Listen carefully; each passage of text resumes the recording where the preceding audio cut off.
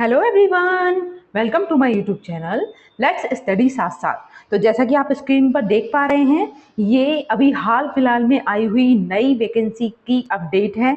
Haryana staff selection commission के द्वारा PRT की वैकेंसी अनाउंस कर दी गई है और ये उसका ऑफिशियल नोटिफिकेशन है जो आप स्क्रीन पर देख रहे हो।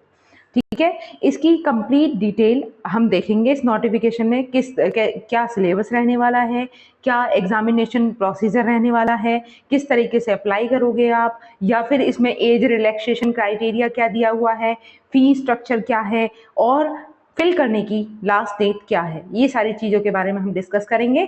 ठीक है, बहुत ही अच्छी न्यूज़ है ये। जो भी लगातार कंटिन्यूएशन में तैयारी कर रहे हैं टीचिंग एग्जाम्स की, प्लस जिन्होंने एचटेट की परीक्षा पास की हुई है, उनके लिए ये बहुत ही गोल्डन अपॉर्चुनिटी है। ठीक है, देखते हैं, क्योंकि इस नोटिफिकेशन में क्लियरली कह दिया गया है कि आप भले ही कोई भी सीटेट वगैरह दिया हुआ हो, लेकिन वो इसके लिए एलिजिबल नहीं होंगे जब तक कि उन्होंने एचटेट का एग्ज़ाम नहीं क्वालिफाई किया है। ऐसे कैंडिडेट जिनके पास एचटेट का एग्ज़ाम की क्वालिफिकेशन है, जो क्वालिफाई कर चुके हैं एचटेट के एग्ज़ाम को, वही इसमें अप्लाई कर पाएंगे। ठीक है, देखिए आप देखते हैं स्क्रीन पे, जैसा कि आप देख पा रहे हो यहाँ पे डेट ऑफ पब्लिकेशन क्या है, 9। ठीक है, आज ही की डेट है। Then opening date for submission of online application, ये ओपनिंग डेट क्या है, 12 अगस्त से आपके एग्जामिनेशन फॉर्म फिलिंग शुरू हो जाएगी। और closing date for submission of online application as 21 of August. तो आप देख सकते हो मात्र 10-11 दिन का टाइम दिया गया है। ज़्यादा मतलब ऐसा नहीं है कि बहुत ज़्यादा टाइम दिया है। तो आपको जल्द से जल्द, जब भी जैसे 12 तारीख में ओपन हो रहे हैं अप्लाई करने के लिए फॉर्म, तो तभी आपको फिल कर लेने हैं। ठीक है, क्लोजिंग डेट उन्होंने क्लियरली मेंशन किया है, closing date for deposit of fee is 23 of August 2024 और टाइमिंग है 11:59।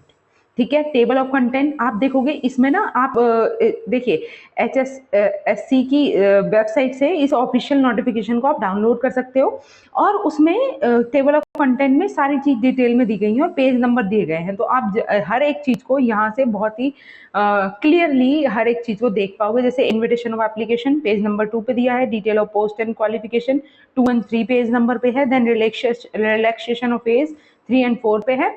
ठीक है, रिजर्वेशन क्राइटेरिया क्या है, provision of compensatory time and assistance of scribe to person with benchmark disability, details of fee.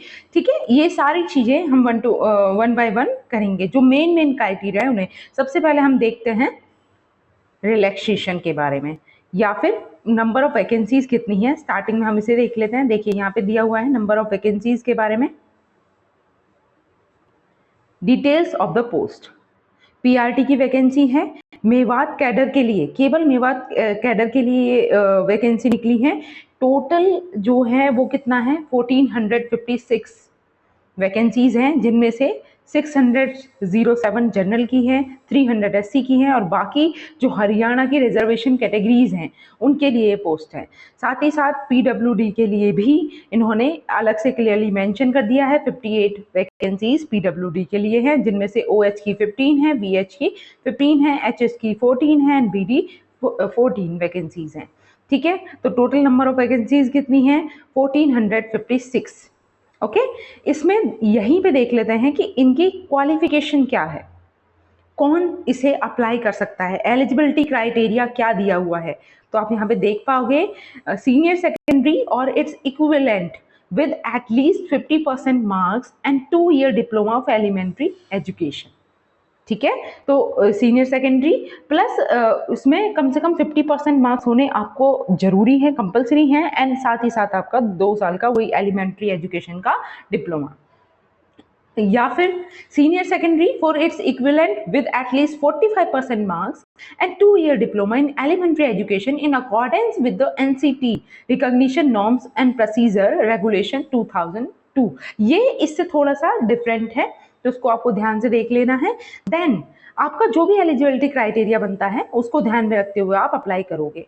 ठीक है, आगे है सीनियर सेकेंडरी और its equivalent with at least 50% marks and 4 year bachelor elementary education BLED, ठीक है, या BTC भी बोल देते हैं, BLED है 4 साल वाला जो डिप्लोमा कोर्स है, उसके बारे में चर्चा की गई यहाँ पे।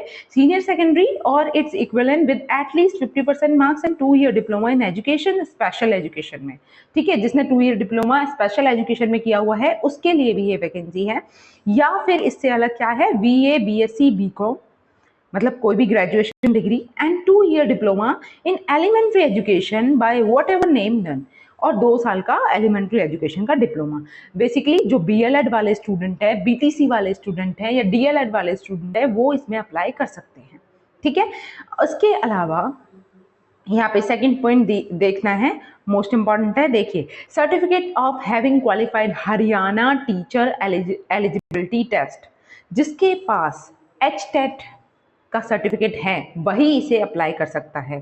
स्कूल टीचर्स एलिजिबिलिटी टेस्ट जो STET हुआ या HTET हुआ, मतलब हरियाणा सरकार द्वारा जो जारी किया हुआ शिक्षक पात्रता परीक्षा है, वो जिसने क्वालिफाई की हुई है वही इसको अप्लाई कर पाएगा।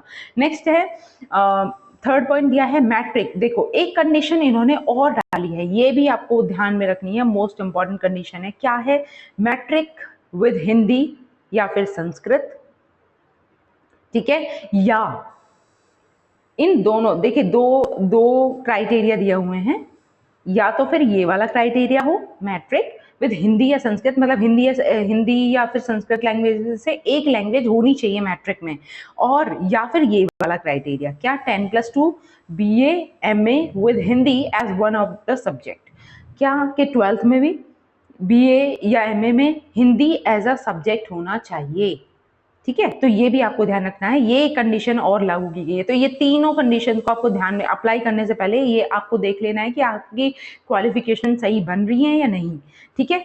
आगे चलते हैं, एज रिलैक्सेशन क्राइटेरिया को देखते हैं। तो इसमें किस किस तरीके से दिया गया है एज रिलैक्सेशन क्राइटेरिया, तो आप यहाँ पे देखोगे where the upper age limit is 42 years without any relaxation in age, the small shall not exceed 52 years for the applicant who are entitled to get the benefit of relaxation in age of one or more categories under various circumstances mentioned below। देखिए इसमें क्या कहा गया कि अपर as जो है, अपर age limit क्या दी गई है, 42 ईयर्स दी गई है, ठीक है। ऐसे मानिए जनरल कैटेगरी के लिए 42 ईयर्स अपर एज कैटेगरी है, ठीक है, और उससे अलग बाकी सारे ये आपको केवल एक ही कैटेगरी का बेनिफिट मिल सकता है एज रिलैक्सेशन का। तो कौन कौन से बेनिफिट है आप देख सकते हो, SC के लिए 5 इयर्स रिलैक्सेशन है, बैकवर्ड क्लास के लिए यानी OBC के लिए 5 इयर्स रिलैक्सेशन है एज में, disabled person who covered under the rights of person with disability act PWRD के तहत, जो मतलब डिसेबिलिटी क्राइटेरिया को पार करता है उसके लिए ये एज रिलैक्सेशन क्राइटेरिया है, आप रीड आउट कर सकते हो। 10 इयर्स रिलैक्सेशन इन एज, ठीक है, और यहाँ पे 5 year relaxation in age. Next है, देखिए एक क्राइटेरिया यहाँ पे ये है, wives of military personnel who are disabled while in military service, उनको भी 5 इयर्स रिलैक्सेशन एज में मिला है। नेक्स्ट है विडोड और लीगली डाइवर्स वुमेन, इनके लिए भी 5 इयर्स का एज रिलैक्सेशन है।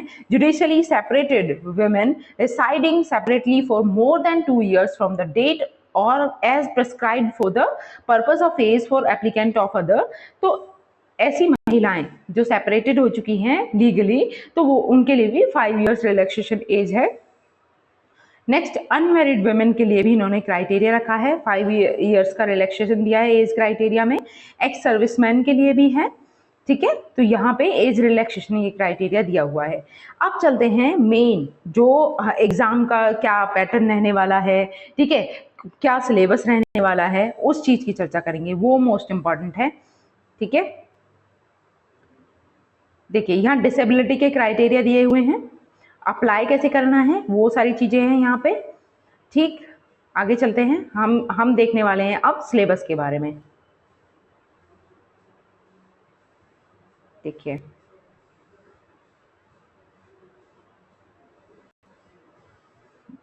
ये है आपका सिलेबस। सबसे पहले मैं आपको बता दूं कि केवल 95 क्वेश्चंस का ये आपका पेपर रहने वाला है, ठीक है। इसमें पोर्शन किस तरीके से डिवाइड किया गया है, देखिए कौन कौन से सब्जेक्ट इसमें आने वाले हैं? चाइल्ड डेवलपमेंट एंड पेडागोजी यानी CDP 20 मार्क्स की। देन लैंग्वेज, हिंदी लैंग्वेज और इंग्लिश लैंग्वेज 10 मार्क्स के ये MCQ आएंगे इसमें। Haryana GK and awareness 20 marks में।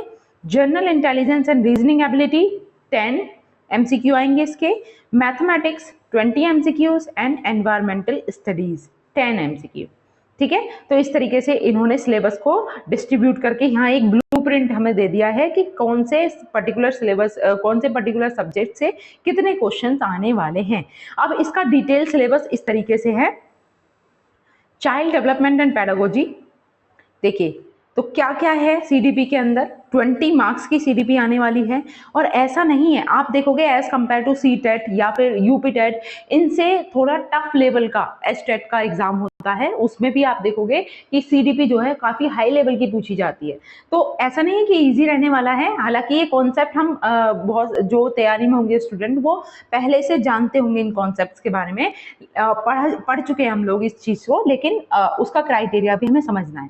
देखिए क्या क्या आने वाला है। Concept of development and its relationship with learning, principle of development, वही डेवलपमेंट और ग्रोथ के बारे में है। ठीक है, of children, influence of heredity and environment, socialization process, social world, children.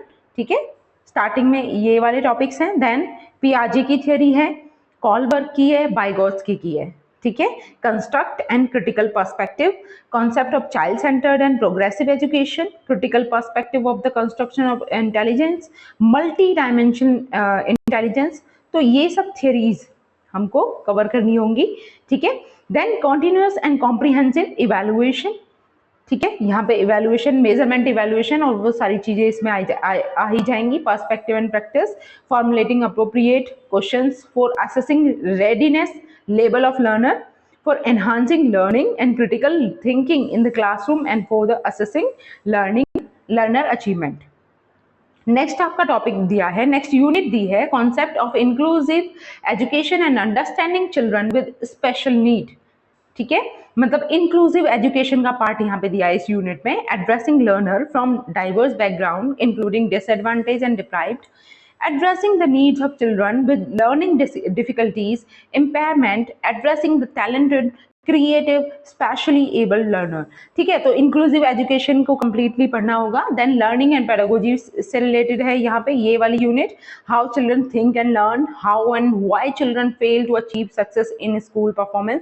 तो देखिए यहाँ पे MCQ जो होंगे ज्यादातर जो कॉन्सेप्ट बेस्ड MCQs होते हैं उस टाइप के होंगे। Basic process of teaching and learning, children's strategy of learning, learning as a social activity, social context of learning, child as a problem solver and a scientific investigator, alternative conception of learning in children, understanding children's errors as significant step in the learning process। तो ये सब आप CDP के अंदर ये सारे point two point सारे पूरे सिलेबस को हमें कवर करना है। Cognition and emotion, motivation and learning and factor contributing to learning, personal and environmental. अब बात कर लेते हैं लैंग्वेज की। CDP जो 20 मार्क्स में आने वाली है, इतना ह्यूज सिलेबस है उसका। ठीक है, देन आप हिंदी लैंग्वेज की बात करोगे तो हिंदी लैंग्वेज में 4 पार्ट्स में लैंग्वेज के क्राइटेरिया को डिवाइड किया गया है। First part language comprehension questions है, pedagogy of language developed questions हैं, then evaluating language comprehension and proficiency, वही SLRW से रिलेटेड ही है, स्पीकिंग, लिसनिंग और रीडिंग राइटिंग, देन टीचिंग से रिलेटेड। ठीक है, लर्निंग मटेरियल, टेक्स्ट बुक और multimedia material, multilingual resources of the classroom, remedial teaching. तो इसमें क्या होगा, देखिए सब्जेक्ट से रिलेटेड जो पैडागोजी होती है वो आपको पढ़नी होगी बहुत डिटेल में। ठीक है, और साथ ही साथ जैसे कि यहाँ पे कॉम्प्रिहेंशन से रिलेटेड है, अनसीन पैसेजेस आने वाले हैं। एक अनसीन पैसेज आपका प्रोज या फिर ड्रामा से आएगा और एक अनसीन पैसेज आपका पोइट्री से आएगा, पोएम से आएगा। यहाँ पे दिया हुआ है 2 पैसेजेस, 1 प्रोज और drama and 1 poem with questions on comprehension, inference, grammar and verbal ability. Prose passage में बी लिटरेरी, साइंटिफिक, नरेटिव और डिस्कर्सिव। ठीक है, इस तरीके से कॉम्प्रिहेंशन से रिलेटेड। तो ध्यान रखिए हर एक लैंग्वेज के उसमें 2 आपके अनसीन पैसेज आने वाले हैं। अब ये मार्क्स को किस तरीके से डिस्ट्रीब्यूट करते हैं वो देख सकते हो, क्योंकि ओनली 10 मार्क्स की हिंदी लैंग्वेज आएगी, ओनली 10 मार्क्स की ही आपकी मार्क्स नहीं सॉरी 10 क्वेश्चंस, 10 क्वेश्चंस ही हिंदी लैंग्वेज से आने वाले हैं, 10 क्वेश्चंस ही आपके इंग्लिश लैंग्वेज से आने वाले हैं। तो वो ये इन क्वेश्चन को कैसे डिस्ट्रीब्यूट करते हैं वो देखते हैं। पैडागोजी से रिलेटेड इतने सारा सिलेबस है, उस सारी चीज को मतलब लैंग्वेज की जो पैडागोजी है वो आपको पढ़नी होगी। तो हिंदी लैंग्वेज जैसा ही सेम सिलेबस आपका इंग्लिश लैंग्वेज का है, उसमें भी वही 2 एंसीन पैसेज आने वाले हैं, एक प्रोज से होगा, एक पोइट्री से होगा। ठीक है, और उसी में ग्रामेटिकल चीजें और वर्बल एबिलिटी भी चेक कर ली जाएगी। Then pedagogy of language development वाला हो गया। Then evaluate language comprehension and proficiency और टीचिंग से रिलेटेड। अब नेक्स्ट है Haryana GK and awareness. 20 questions आने वाले हैं इसमें। 20 क्वेश्चंस में हरियाणा जीके पूछा जाएगा और उसमें भी किस किस चीज को ध्यान में रखा गया है, history, current affairs, literature, geography, civics, environment. Overall जो हरियाणा का कंप्लीट जीके है वो आपको कवर करना होगा इसमें, प्लस करंट अफेयर्स। ठीक है, और वहाँ का साहित्य भी, वहाँ के कला संस्कृति, वेलफेयर स्कीम और हरियाणा की गवर्नमेंट की जितनी भी नीतियाँ चल रही हैं, पॉलिसीज चल रही हैं, उन सबको पढ़ना होगा। Then general intelligence and reasoning ability. तो रीजनिंग 10 क्वेश्चंस आने वाले हैं रीजनिंग से। ठीक है, और ये सारा इसका रीजनिंग का वही जो आम रीजनिंग का सिलेबस रहता है हर एक टीचिंग एग्जाम में, वही सारा सिलेबस इंक्लूड करके दिया गया है उसमें। और एक्स्ट्रा कुछ टॉपिक्स भी इंक्लूड किए गए हैं, जैसे इमोशनल इंटेलिजेंस है, सोशल इंटेलिजेंस है, ठीक है, क्रिटिकल थिंकिंग है, ये सब एम्बेडेड फिगर्स है। तो ये सब क्या है, रीजनिंग में कुछ एक्स्ट्रा टॉपिक्स भी ऐड कर दिए गए हैं। Then maths, reasoning 10 questions, mathematics के आपके 20 क्वेश्चंस आने वाले हैं। तो 20 क्वेश्चंस में मैथमेटिक्स में content, geometry, shapes, spiral understanding, solid around us, numbers, addition, subtraction, multiplication, division, measurement, weight, time, volume, data handling, patterns, money. तो सारे ओवरऑल कंप्लीट मैथ भी आपको, जो नॉर्मल मैथ होता है हाई स्कूल लेवल तक का, वो सारा ही कवर करना है। पैडागोजिकल इश्यूज, ठीक है, तो हर एक सब्जेक्ट की आपको पैडागोजी भी पढ़नी है और साथ ही साथ उसका जो बेस है, उसके जो बेसिक टॉपिक्स होते हैं वो कवर करने हैं। देन बात करते हैं नेक्स्ट सब्जेक्ट की। नेक्स्ट है एनवायरमेंटल स्टडीज। तो एनवायरमेंट 10 क्वेश्चंस आने वाले हैं again. Family and friends, relationship, work and play, animal, plant, food, shelter, water, travel, things we make and do. तो वही सारी चीजें हैं। पैडागोजिकल इश्यूज, वो ईवीएस का आपको पैडागोजी भी लर्न करनी है, concept and scope of EVS, significance of EVS, integrated EVS, environmental studies and environmental education, learning principle, scope and relation to science and social science, approaches of presenting concept, activities, experimentation, practical work, discussion, CCE, teaching material, aids, problem।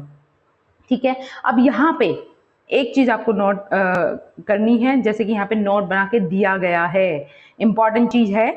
Difficulty level of question for primary teacher post, यानी PRT post के लिए जो difficulty होगी, difficulty level होगा questions का, वो क्या होगा, will be up to the standard of secondary level.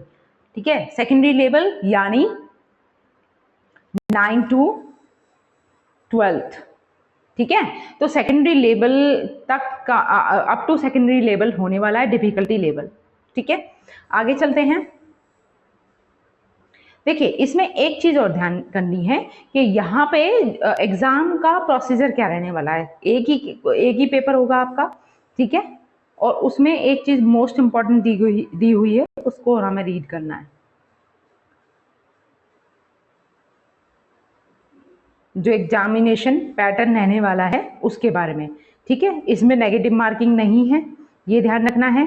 Question आपके 100 आने वाले हैं, लेकिन उसके जो मार्क्स होंगे वो 95 हैं। ठीक है, वो इंपॉर्टेंट चीज है जो ध्यान में रखनी है, मैं उसी पे लेके जा रही हूँ, उसे देखेंगे हम अभी।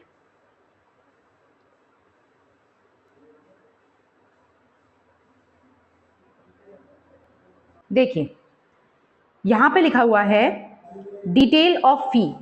पहले फी डिटेल देख लेते हैं, कैटेगरी ऑफ पोस्ट, और यहाँ पे फी डिटेल है। जैसे कि आप पोस्ट नंबर 1 के बारे में जो देखेंगे, तो उसमें जो जनरल कैटेगरी है, उसके मेल फीमेल के लिए 150, ठीक है। और फीमेल जो हरियाणा की फीमेल हैं उनके लिए 75 रुपीज़ है, ठीक है। तो जो अदर स्टेट के हैं उनके लिए क्या है 150 है। अदर स्टेट की जो फीमेल्स हैं उनके लिए क्या है 150 है फीस, ठीक है। और मेल के लिए चाहे वो हरियाणा स्टेट से हो या अदर स्टेट से हो, दोनों के लिए ही 150 है। उसके बाद फीमेल जो हरियाणा स्टेट में रिसाइड करती हैं उनके लिए 75 रुपीज़ हैं। Then SC OBC EWS candidate जो हरियाणा स्टेट से हैं उनके लिए मेल के लिए 35 एंड फीमेल के लिए 18, ठीक है। और PWD कैंडिडेट्स के लिए एक्स सर्विसमैन ऑफ हरियाणा के लिए कोई भी चार्जेस नहीं है। तो ये फी क्राइटेरिया है। अब आगे देख लेते हैं क्राइटेरिया ऑफ सिलेक्शन। तो यहाँ पे ध्यान देना है, मोस्ट इंपॉर्टेंट है, इसको बहुत ध्यान से पढ़ना है। देखिए criteria of selection examination and syllabus, तो इसमें एक रिटन एग्जामिनेशन होने वाला है। जो देखिए क्वेश्चन आपके 100 आएंगे लेकिन मार्क्स कितने दिए हैं 95। अब इसमें क्या इन्होंने इंक्लूड किया है उसको हम यहाँ देखेंगे। written examination pattern पर syllabus and pattern for written examination is attached at annexure 5। तो हमने syllabus देख लिया है ऑलरेडी। अब यहाँ पे written examination क्या रहने वाला है, देखिए all questions are compulsory, question paper shall be bilingual, English और हिंदी में रहने वाला है, बाइलिंगुअल है। And offline OMR based written examination will be held for recruitment to the PRT post. There shall be no negative marking for wrong answer. तो इसको ध्यान रखना है कि अगर आप रॉन्ग आंसर लगा भी देते हैं तो उसके लिए कोई भी नेगेटिव मार्किंग नहीं है। देन एक तो चीज ये हो गई। उसके बाद देखिए मेन पॉइंट ये है, the total number of questions will be 100 with weightage of 0.9 marks। मतलब आपके पेपर में, क्वेश्चन पेपर में 100 क्वेश्चंस आएंगे। हर एक क्वेश्चन, ईच क्वेश्चन कितने मार्क्स का होगा 0.95 मार्क्स का होगा। हर एक क्वेश्चन 0.95 मार्क्स का, ठीक है। हर एक क्वेश्चन 0.95 मार्क्स, ठीक है। उसके बाद में दिया है a candidate has to fill 1 option compulsory out of 5 option given. और यहाँ पे एक चीज मेंशन करके दी गई है कि ये कंपल्सरी है कि जैसे 5 ऑप्शंस आएंगे, हर एक क्वेश्चन के लिए आपको 5 ऑप्शंस मिलने वाले हैं। और ये कंपल्सरी है कि हर एक स्टूडेंट को उन 5 ऑप्शंस में से एक ऑप्शन को जरूर सेलेक्ट करना है। आप कोई भी क्वेश्चन ऐसे ही नहीं छोड़ के आएंगे, आपको सभी में कोई ना कोई ऑप्शन फिल करना ही है, ठीक है। यदि कोई स्टूडेंट ब्लैंक छोड़ देता है, बहुत से स्टूडेंट होते हैं जो अनअटेम्प्ट छोड़ देते हैं और बहुत सारे क्वेश्चन ऐसे छोड़ देते हैं जिनमें वो किसी भी ऑप्शन को सेलेक्ट नहीं करते हैं, तो उनके लिए यहाँ पे कहा गया है in case a candidate does not mark any of the 5 option for a question then 0.95 marks for each unattempted question shall be deducted। क्या होगा यहाँ देखो, भले ही नेगेटिव मार्किंग नहीं है लेकिन अगर आप कोई क्वेश्चन छोड़कर आते हो और उसमें मतलब 5 ऑप्शंस में से कोई भी ऑप्शन नहीं फिल करते हो तो आपका 0.95 मार्क्स हर एक क्वेश्चन, हर एक ऐसे क्वेश्चन जिसका कोई भी ऑप्शन आपने सेलेक्ट नहीं किया है उसके लिए डिडक्ट कर लिया जाएगा। मार्क्स काट लिए जाएंगे 0.95 मार्क्स एक क्वेश्चन के लिए, ठीक है। तो आपको सारे ही क्वेश्चंस को अटेम्प्ट करना होगा। Extra 5 minute shall be given to mark 5th option. और एक्स्ट्रा मतलब 100 मिनट का, तो जैसे कि 100 क्वेश्चन है 100 मिनट टाइमिंग है, लेकिन एक्स्ट्रा 5 मिनट्स और दी जानी है। मतलब आपकी टाइमिंग क्या होगी, टोटल टाइम कितना है 105 मिनट आपको दी जाएंगी कि आप अच्छे से अपने हर एक ऑप्शन को फिल कर पाएं, ठीक है। तो ये रिटन एग्जामिनेशन पैटर्न आपने देख लिया। अप्लाई कैसे करना है, नोटिफिकेशन को ध्यान से पढ़ने के बाद ही अप्लाई करना, सारी चीजें देख के, आपके डॉक्यूमेंट्स को देखकर, सब चीजों को सही पता करने के बाद आपको ये अप्लाई कर लेना है। बहुत ही सुनहरा मौका है ऐसे स्टूडेंट्स के लिए जिनके पास HTET का सर्टिफिकेट अवेलेबल है, ठीक है। ओके, मिलते हैं नेक्स्ट वीडियो में, तब तक के लिए thanks for watching, keep learning and keep supporting me, thank you.